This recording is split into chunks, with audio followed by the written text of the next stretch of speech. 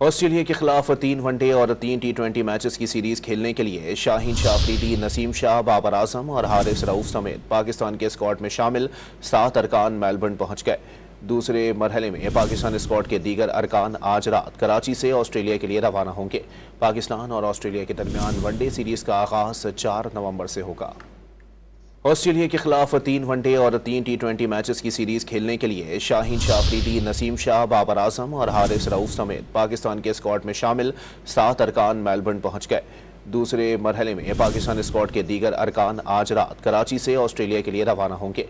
पाकिस्तान और ऑस्ट्रेलिया के दरमियान वनडे सीरीज का आगाज 4 नवंबर से होगा। ऑस्ट्रेलिया के खिलाफ 3 वनडे और 3 T20 मैचेस की सीरीज खेलने के लिए शाहीन शाह अफरीदी, नसीम शाह, बाबर आजम और हारिस रऊफ समेत पाकिस्तान के स्क्वाड में शामिल 7 अरकान मेलबर्न पहुंच गए। दूसरे मरहले में पाकिस्तान स्क्वाड के दीगर अरकान आज रात कराची से ऑस्ट्रेलिया के लिए रवाना होंगे। पाकिस्तान और ऑस्ट्रेलिया के दरमियान वनडे सीरीज का आगाज 4 नवंबर से होगा।